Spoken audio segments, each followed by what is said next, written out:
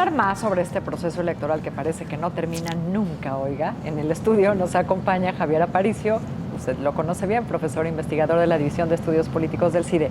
Hola, Javier. Hola, buenas noches. ¿Qué tal? ¿Estás? Muy bien.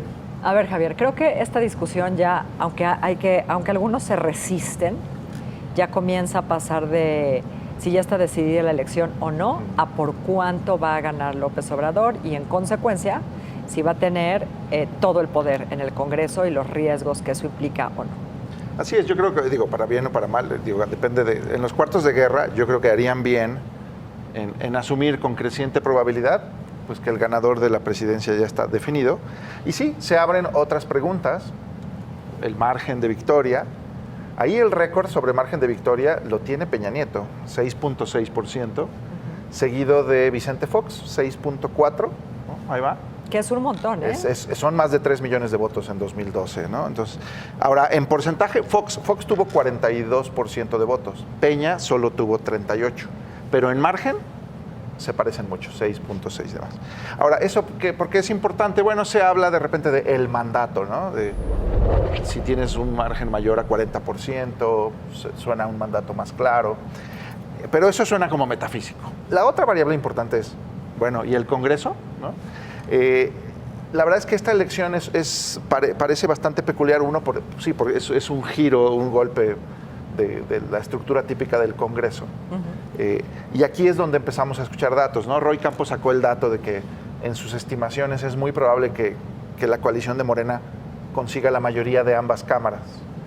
Yo no estoy tan seguro de eso. Unos dicen en el Senado sí, en la Cámara de Diputados no. Exacto, ¿no? Entonces está ese tema, y yo lo que apunto sobre eso, bueno, la conformación del Senado, del Congreso y el Senado, depende de esta cosa que llamamos también voto dividido, ¿no? De este fenómeno en el cual puedes votar por presidente para un partido coalición y por otro tus otros votos. Exacto. Y curiosamente no metes todos tus huevos en la misma canasta, exacto, para decirlo de manera coloquial. Exacto, ¿no? Exacto, ¿no? Campechanear tu voto. Vamos a tener los que voten, por ejemplo, en la Ciudad de México, 6 boletas, ¿no? La presidencial, jefe de gobierno.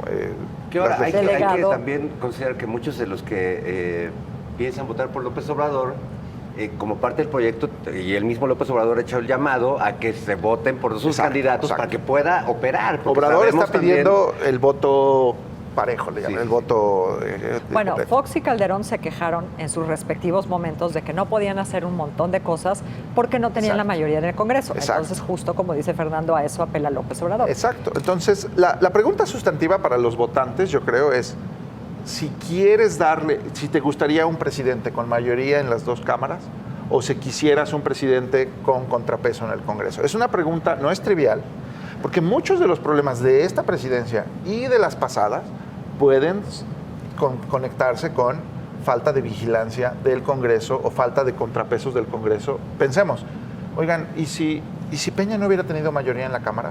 A lo mejor el gobierno hubiera sido distinto. ¿Qué tal que López Obrador o el PRD consiguen 1/3 del Congreso hace 6 años? Pues la bancada de Morena podría haber bloqueado estas reformas estructurales que tanto le irritan. No les alcanzó. O sea, no es cualquier cosa, pero no les alcanzaba, entonces recurres a tomar la tribuna, ir a la calle y demás. Bueno, hoy la pregunta es contraria. Yo creo que PAN y PRI, por su parte o en conjunto, deberían preguntarse si pueden alcanzar 1/3 de alguna de las dos cámaras por lo menos para tener poder de veto en reformas constitucionales. Aunque también está la hipótesis, ¿no?, de que quede como quede el Congreso, es muy probable que el PRD o que el PRI o una parte del PRI de todas maneras se alíe con López Obrador y tenga una mayoría, aunque no sea directa, vía que voto, la construyan, digamos, ¿no? Entonces se habla del el pacto del peje, que llegue con el Congreso, esté como esté, e invite a construir una coalición, porque todos los gobiernos son de coalición, de hecho. Pero bueno, ¿qué dicen los números? Además, con esa cantidad de expectativa que se parece más a la de Fox que a la de Peña Nieto, es decir, un entusiasmo que no se mide en las encuestas, pero que hay, ¿no? Ahora, ¿dónde sí le podemos poner números al asunto? Los últimos 3 presidentes han tenido más votos como presidente que en su bancada legislativa. Con Peña Nieto casi no se nota porque Peña tuvo un puntito porcentual más. Digamos, 38% para presidente y 37% en el Congreso. Pues el voto dividido es un hecho de las últimas 3 elecciones. Sí. Pero, por ejemplo, Calderón tuvo alrededor de 36% de votos, tuvo 2 puntos menos en el Congreso. Vicente Fox tuvo 4 puntos más para presidente que en el Congreso. Ahora, ¿quién es el candidato donde se ve el mayor diferencial? Es López Obrador.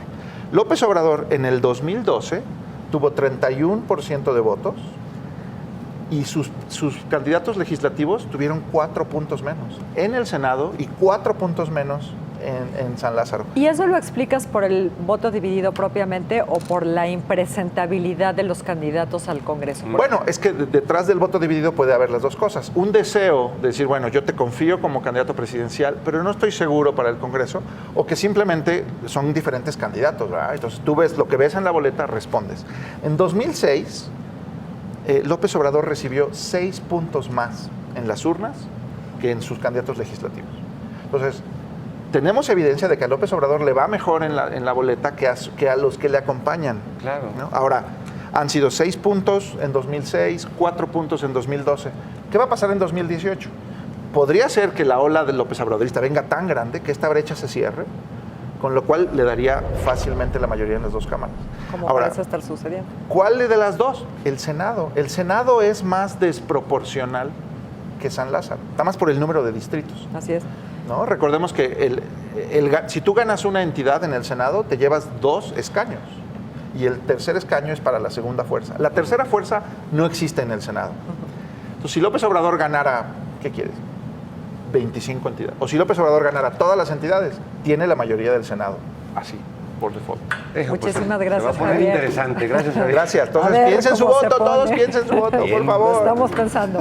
Con esto llegamos al final del programa.